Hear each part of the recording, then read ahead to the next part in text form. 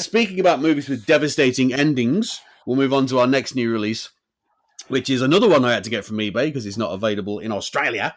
And it is Saint Maud, which was directed by Rose Glass. I think it's the directorial debut of Rose Glass. It's a highly acclaimed horror movie from 2019, which seemed to wow critics. Hello, I'm Jonathan Ross again. I can't speak. Seemed to wow critics.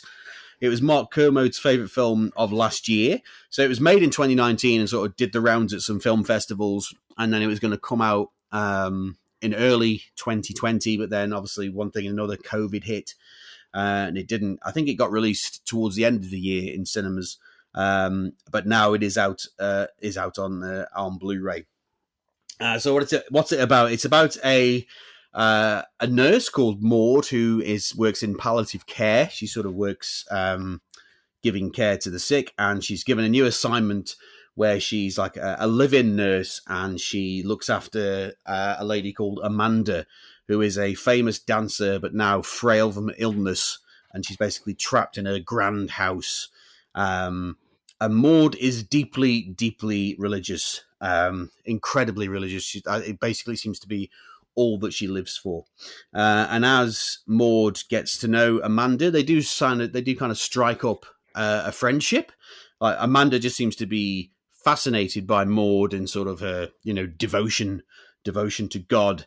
But Maud kind of takes it as her mission to save Amanda's soul. So Amanda's terminally ill.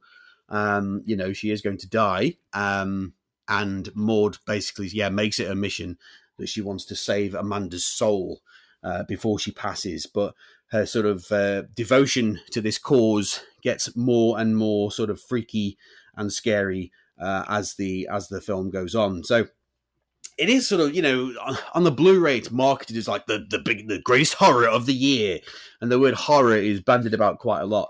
For me, I don't see it as a horror movie, really. It's more of a psychological thriller, and it has moments, probably a couple of moments of horror, if you like. But I don't think it's really a horror. But I think for me, the standout performance from Morfydd Clark, no relation to me, is as Maud is fantastic. I think she's incredible. So it's more of a film about loneliness, I think. Like, she just seems to be incredibly lonely. She doesn't really have anybody. And maybe that's why she leans on God so much. And she's, deeply, deeply, devoutly religious, like even to the point of being pious.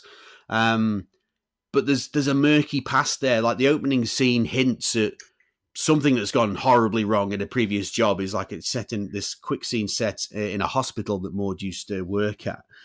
And then when Maud bumps into an old colleague of hers on the seafront, and Maud says to her friend that, she's nursing again, her friend seems genuinely shocked and surprised that she's nursing. So there's obviously something's gone horribly wrong previously in her career as a nurse in the past. It's only kind of hinted at. But yeah, it's like she's just this desperately lonely young woman who I think just turns to God for some kind of comfort, but it just goes completely extreme. It's like she enjoys inflicting pain on herself as part of her faith. There's a really nasty scene where she basically put pins, like she puts nails in her shoes and goes walking along the seafront. It's just, oh man, it's horrible. But I really like the relationship between Jennifer Ehley's Amanda and Maud. It's sort of a really interesting relationship when it first meets. When she first meets Amanda, like the outgoing nurse basically says to Maud, Maud asks what she's like, and the nurse just said she's a bit of a cunt, and just leaves it like that.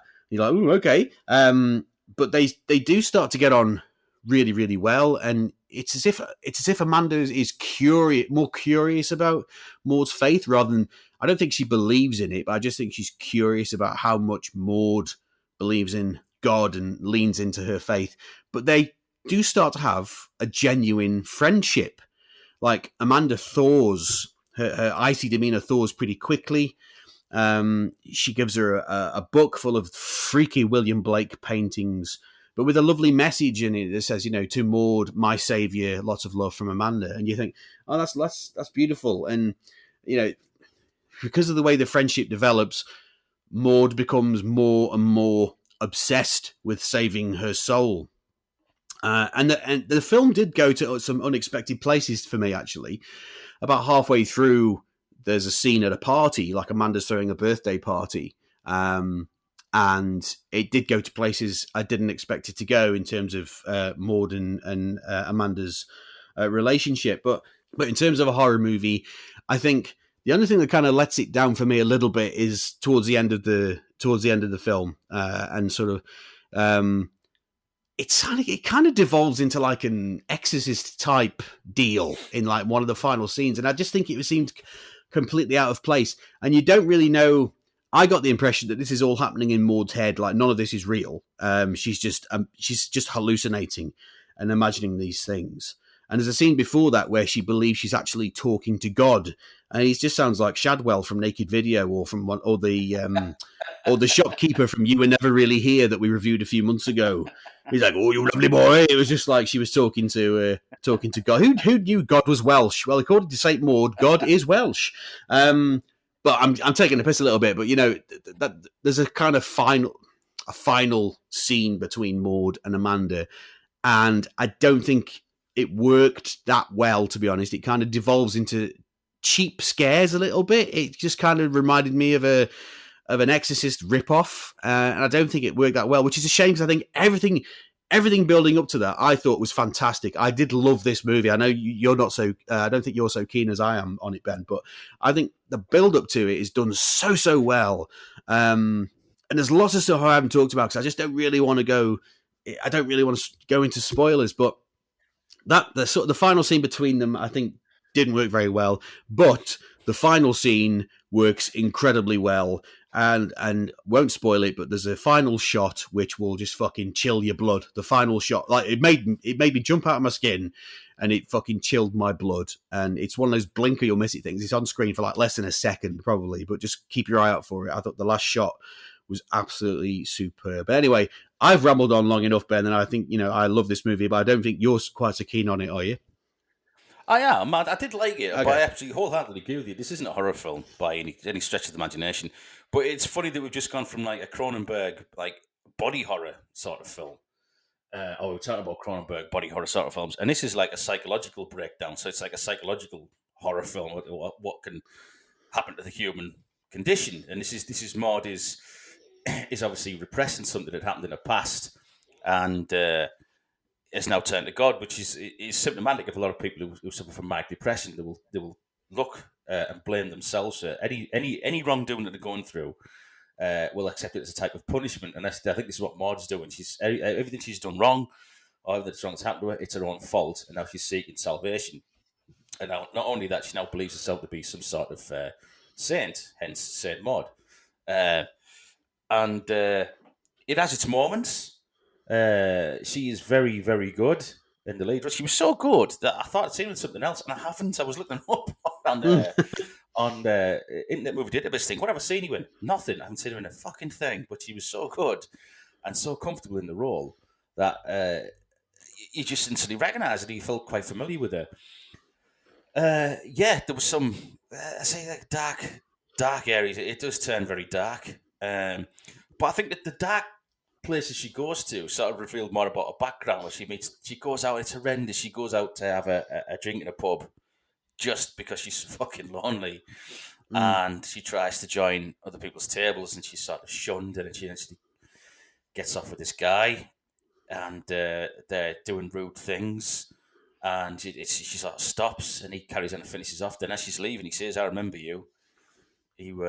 You did it with my best friend Tommy a few years ago. You were quite the girl, the naughty nurse, you know." And I was like, right. So we're now getting sort of a glimpse into her background. And this is maybe what she's partly running from that, and whatever happened with the patient in hospital, which we'd never really get to find out.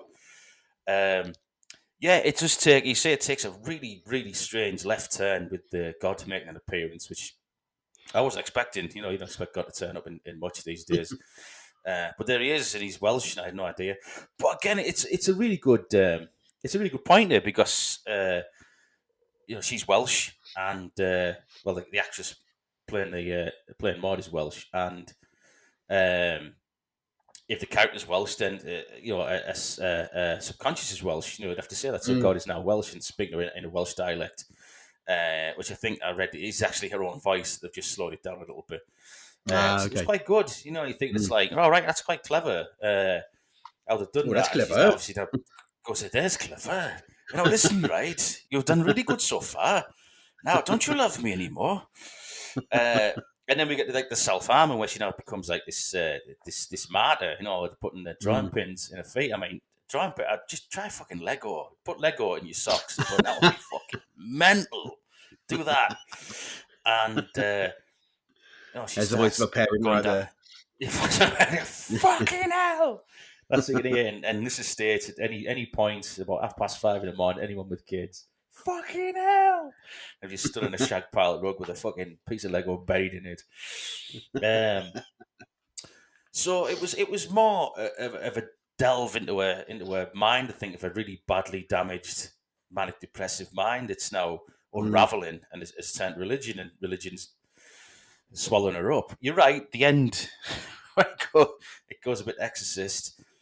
Sort of doesn't work. It sort of it depends. It was a good jump scare. Again, I don't want to go too far. It was a good jump scare. I thought, oh fuck, I wasn't expecting that. I wasn't expecting that. But it's sort of, again, you're right. You sort of come away thinking, well, did that even happen? Did what we see happen? But did the end? At the end of the meeting, I assume did happen. She finally snapped, and then obviously she goes down to the beach, and then something else happens, which is which you sort of hinted at. You know it's going to happen anyway. Yeah, it's quite a good ending, and you're right. Just as you think, oh fucking hell, there you go, bang, oh fuck, I didn't want that. So it wasn't. I didn't like it. Actually, I did enjoy it, and I'll probably go back and revisit it. I was surprised. I was telling Gemma, I said, it does this to me. The opening shot as she's going down, she comes out, she was in this really horrible one-bedroom apartment. It's not an apartment, sorry, one-bedroom room. Sorry, like room. Bed sit, bed sit. And she comes out and goes on these steps. I thought, that looks like Scarborough. And it was Scarborough. Yeah, it was filmed in Scarborough, and then it's actually put me off thinking, oh, fuck. So then, obviously, I'm that's a Grand Hotel, and that's where the Futurist was, and that's where we go bowling. And you're like, oh, there's Scarborough. Watch the fucking film. You've been there. And you sort of I was thinking to myself, but in my mind, they've filmed this in Scarborough. I've been to Scarborough. I'm as good as them.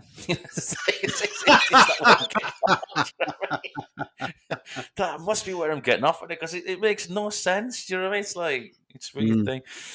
But and I like the way that even when she comes out that one bedroom, I keep saying one bedroom, it's not, it's just a one room. A bed sit, it's in a really narrow alleyway. The confinement, she's just crushed in. That's the loneliness is just really crushed her, and even in that, and then you clash that with the patient she's looking after, whose house is a massive rambling open space, and even though she's dying, she's got all this space around her. She's got all those friends around her, looking after her, and Maud is the complete opposite. Again, I'll go back to it. Did I like it? Yes, I did. I would say it is not a horror film by any way, shape, or form, unless they've changed horror films in the last 30 years, and I don't know. I would say it was unnerving. I think I put in my notes, it was very reminiscent to me, particularly the soundtrack of Under the Skin. That sort of pulsating, brooding sort of psychological thriller. But I would say to people to watch it. I was quite lucky that the first two films I watched, I enjoyed both of them, and I wasn't expecting to, and I wasn't expecting either film to be as good as they were. So I would say I don't understand why they're classing Saint Maud as a horror film, barring the last 10 minutes. But I don't know. But I quite liked it. I would urge people to see it. We can't say too much about it because we can't give too much away.